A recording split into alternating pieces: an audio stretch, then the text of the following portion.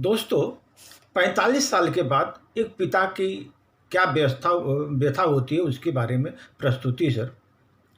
मनुष्य का जीवन 45 वर्ष के बाद कैसा रहता है, क्योंकि उसके कनपटियों पर बाल सफ़ेद हो जाते हैं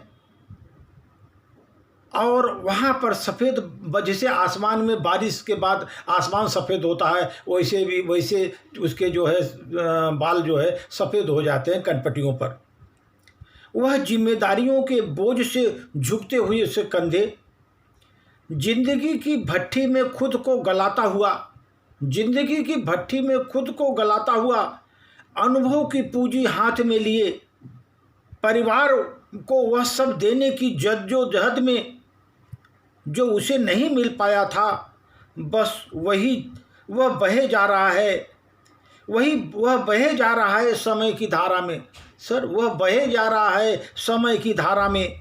बीवी और प्यारे से बच्चों में पूरा दिन दुनिया से लड़कर थका हारा, रात को घर आता सुकून की तलाश में, दरवाजे पर ही तैयार रहते हैं बच्चे। पापा से ये मंगाया था, वो मंगाया था, नहीं लाए तो क्यों नहीं लाए, लाए तो ये क्यों लाए, वो क्यों नहीं लाए।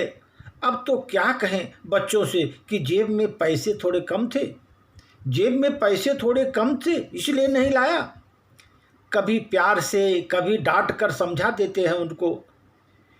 एक बूंद आंसू भी जमी रह जाती है आँख के कोने में, एक बूंद आंसू भी जमी रह जाती है आँख के कोने में, क्योंकि उसे कष्ट होता है कि मैं बच्चों के लिए सामान नहीं ले पाया क्योंकि मुझे पैसों का अभाव है।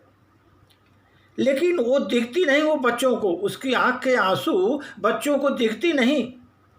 खाने की थाली में 2 रोटी के साथ परोस दी जाती है पत्नी 10 चिंताएं, जैसे खाने परोसती है पत्नी 10 चिंताएं उसको देती है उस समय। कभी तुम ही बच्चों को सर चढ़ा रखा है, कुछ कहते ही नहीं, बेचारा खाना खा रहा है, उसी समय पत्नी 10 समस्याएं सुना रही है। तुम कभी बच्चों को सर चढ़ा रखा है, कुछ कहते ही नहीं, हर वक्त डांटते रहते हो बच्चों को, कभी प्यार की बात भी नहीं करते तुम। लड़की सयानी हो रही है, तुम्हें तो कुछ दिखाई ही नहीं देता।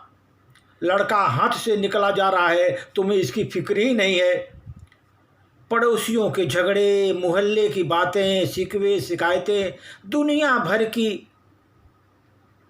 बातें, सबको वो मनुष्य पानी की तरह घूंट के साथ गले के नीचे उतार लेता बेचारा। जिसने एक बार हलाहल पान किया वो तो सदियों से नीलकंठ बन गया। जिसने एक बार हलाहल पान किया वह सदियों से नीलकंठ बन गया। यहाँ तो रोज़ थोड़ा थोड़ा विष पीना पड़ता है जिंदा रहने की चाह में, जिंदा रहने की चाह में थोड़ा थोड़ा विष पीना ही पड़ता है। फिर लेटते ही बिस्तर पर सो जाता एक रात, फिर क्योंकि सुबह फिर उठना होता है, काम पर जाना है, कमा कर लाना है ताकि घर चल सके, ताकि घर चल सके। दोस्तों, मनुष्य का जीवन पिता बनने के बाद ही उसे समझ में आती है कि पिता का क्या योगदान होता है, पिता का क्या योगदान होता है। कितनी भी विकट परिस्थिति हो अपने को धैर्य बनाए रखता है, वह मनुष्य अपने को धैर्य बनाए रखता है। विकट परिस्थितियों में भी परिवार की हर समस्याओं को सुलझाते हुए आगे बढ़ता रहता है। सर, मैं ये सभी जो पिता बन गए हैं उन्हीं के लिए ये समर्पित है। धन्यवाद।